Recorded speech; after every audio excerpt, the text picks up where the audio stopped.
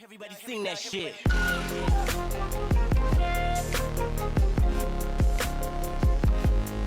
Shit.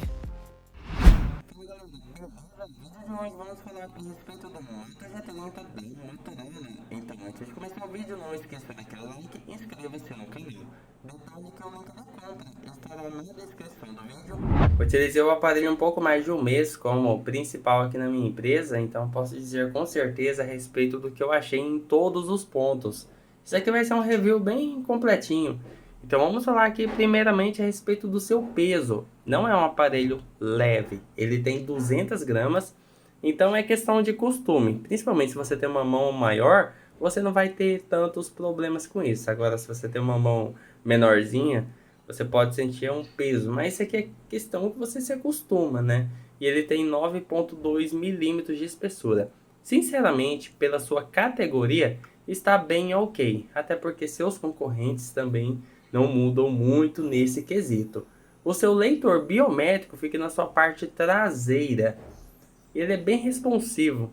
Ele já tem um USB-C, alto-falante, aqui na sua parte inferior, botão de bloqueio e botões de volume aqui também. Este botão na sua parte superior que serve para chamar o assistente do Google. Na sua parte superior, fone de ouvido. No caso, ele tem a entrada, microfone, gaveta para o chip. Felizmente, ele suporta cartão de memória e 2 chips. O seu leitor biométrico e a sua lente saltada, assim como todos os aparelhos atualmente. E na sua parte frontal, o seu notezinho em formato de gota. Quanto à tela do aparelho, tela de 6,5 polegadas. Agora, se tem um ponto que eu sinceramente não gostei, foi a resolução HD+. Por quê? Porque seus concorrentes são Full HD+. Então, se você é um usuário exigente, você vai notar que, poderia ter uma resolução um pouco maior, uma nitidez um pouco maior. Agora, se você não é esse tipo de usuário, é uma tela boa sim. Uma tela LCD, tem ângulos de visões bons, como vocês podem conferir. Lógico que não é uma tela AMOLED, né? Mas pela sua faixa de preço, está tudo bem por aqui. Infelizmente, eu não achei nenhuma informação a respeito de Gorilla Glass. Então, tem que colocar uma película de vidro para garantir que não vai riscar. E também ele não possui o HDR. Novamente, pela sua categoria, dá para aceitar muito bem esse fator. Agora, o lado positivo é que para games é uma tela 90 Hz. Então você consegue ver até 90 quadros por segundo em títulos que funciona tal opção. Então ele tem uma sensação de ser mais rápido do que ele realmente é, pelo fato de mostrar até 90 fps. Então vamos falar a respeito da câmera do aparelho. A principal tem 64 megapixels, a ultra-wide com 8 megapixels, a macro e profundidade de 2 megapixels. Geralmente eu não levo muito em conta essas lentes macro e vocês vão ver por quê. Porque é uma lente muito fraca, é melhor tirar uma foto aqui pela lente principal de 64 e dar um zoom. Sinceramente, vocês vão ver os resultados na prática, o que eu achei. Mas eu já vou adiantar para vocês que a sua câmera principal é sim uma câmera boa, é uma câmera decente. Agora a macro, ela já peca bastante. A ultra-wide, ela me surpreendeu. Primeiro porque é 0.5x, então é um ultra-wide um pouco mais aberto e tem uma qualidade muito boa pela sua categoria. Eu vou deixar algumas fotos passando na tela para vocês verem.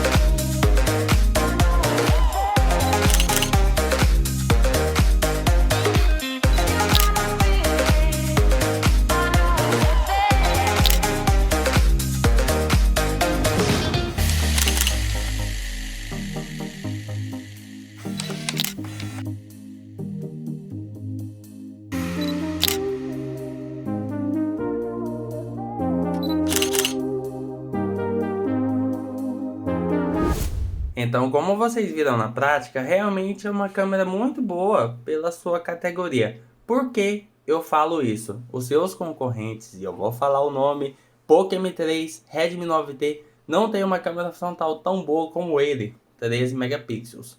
Os seus outros concorrentes são 8 megapixels, esses que eu falei. A câmera frontal dele é decente. Vocês viram que ela tem uma certa suavização. Se você aplicar o processamento, tem duas fotos com e sem esse efeito. Aí fica a seu critério. Pela sua categoria, eu gostei.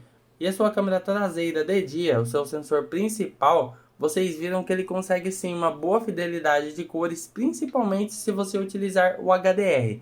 E as fotos noturnas, pela sua categoria, eu gostei bastante. Mas aquela, não é porque ele tem 64 megapixels no sensor principal que ele vai ser o melhor celular do mundo para tirar fotos. Ele só é ok pela sua categoria. Um celular topo de linha com 12 megapixels no sensor principal consegue sim ser melhor. É aquela, megapixels não é tudo.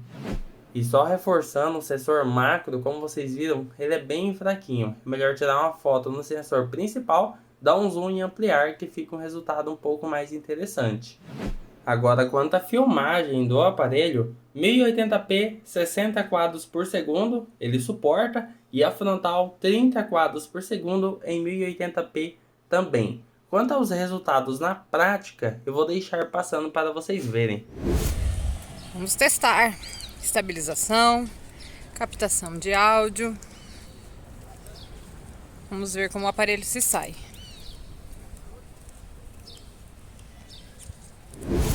E vamos lá, ver estabilização, captação de áudio, aqueles mesmos testes no mesmo cenário que vocês estão acostumados.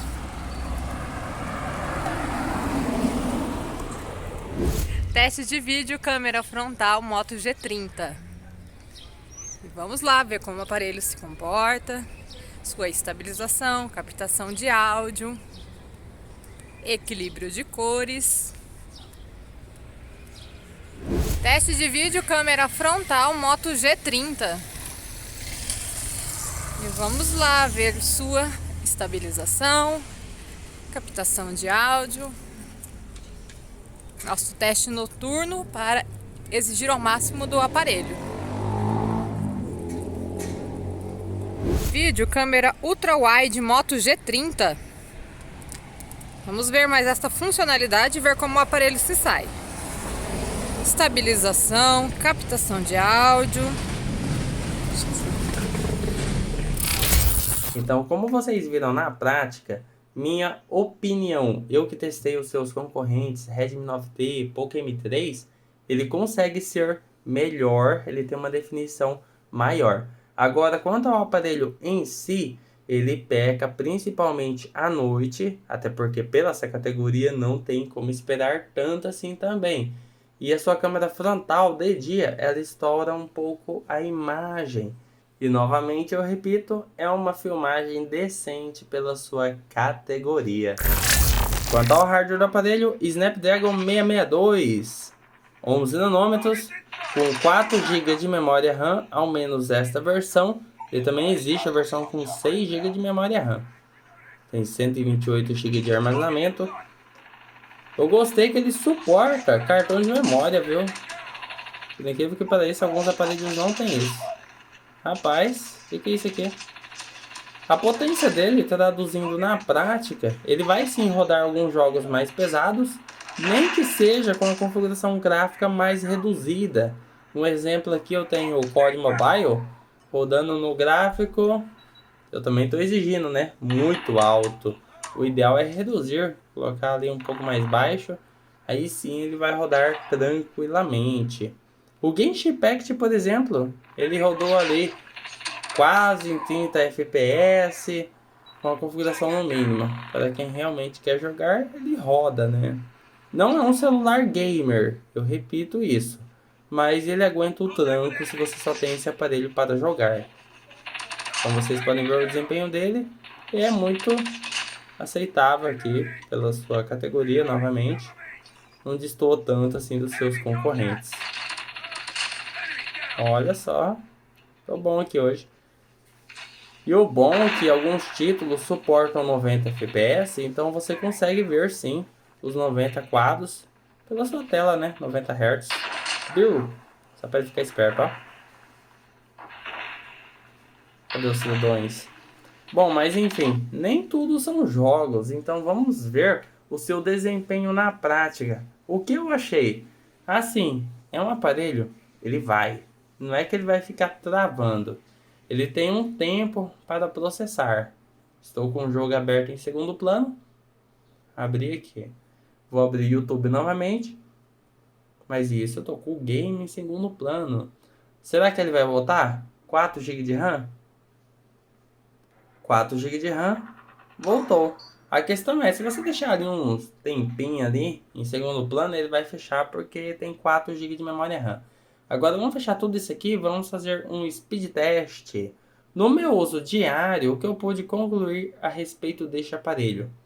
Às vezes ele demora um pouquinho mais, ele tem um tempo dele para processar a informação, mas ele vai. Não é um aparelho que vai ficar travando, entendeu? Ó, clicou aqui, ele vai. Vamos voltar aqui na multitarefa para o Facebook. Ele vai. É um aparelho assim que é um mínimo que eu recomendo assim para alguém ter uma experiência aceitável no Android. E já aproveitando, né, ele já vem com o Android 11, Bluetooth 5.0, tem rádio USB-C. Isso aqui é um item muito importante para os dias atuais.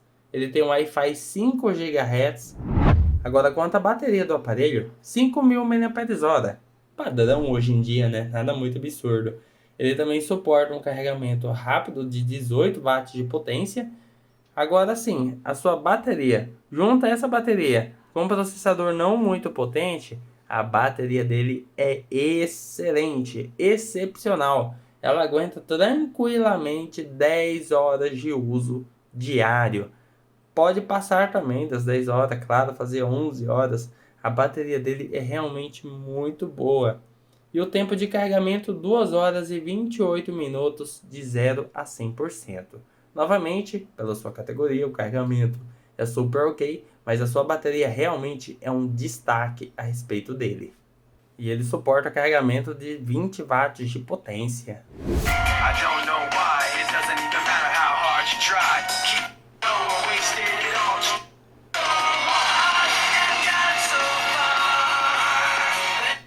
Então, como vocês ouviram na prática, a qualidade sonora do aparelho é bem mediana, realmente. Um único alto-falante mono na sua parte inferior, bem que poderia ser estéreo como alguns de seus concorrentes. Então, vamos falar a respeito da minha conclusão a respeito deste aparelho. O que eu tenho a dizer com mais de um mês testando este cidadão? Bom, ele é um aparelho, como eu falei lá no início, se você tem uma mão grande, você acostuma também. Com o quesito peso do aparelho são 200 gramas. Isso aqui é questão de costume, não é um aparelho necessariamente leve. O leitor biométrico dele funciona bem. Apertou aqui, desbloqueou. A tela dele, o destaque é 90 Hz. Porém, ele já não tem tanta resolução. Isso inclusive ajuda nos games, né? Uma resolução menor rodando os games. Agora, se você é um usuário exigente, a tela dele não vai te atender. Se você é um usuário que não liga tanto assim essa questão de nitidez, ele vai te atender no quesito tela. E como eu falei, tem esse destaque dos 90 Hz. Alguns de seus concorrentes não têm esses destaques. E a câmera dele, como eu falei na parte de câmera, é melhor sim que alguns de seus concorrentes. É uma câmera assim, num contexto geral, eu gostei novamente pela sua categoria. A filmagem também, não esperem nada demais. Ela cumpre somente o básico na sua faixa de preço. E o processador, se você não é um usuário hardcore e quer rodar os jogos tudo com gráfico lá em cima, ele vai te atender. Não é um aparelho gamer, mas sim, ele roda alguns games mais pesados, nem que seja com gráfico no mínimo. Agora, no uso diário, é um aparelho que responde, não vai ficar travando, mas assim, às vezes ele vai demorar um tempinho mais para processar, porque ele não é um aparelho parrudo, assim, processamento, esbanja processamento. E ele tem 4 GB de RAM, então você tem que maneirar nos aplicativos em segundo plano. A versão com 6 GB de RAM já é bem tranquilo nesse quesito. Agora um ponto que eu fiquei super surpreso, aquecimento. É um aparelho que não passa de 40 graus, cara. É um aparelho frio em meus testes, como eu mostrei lá no teste de jogos pesados.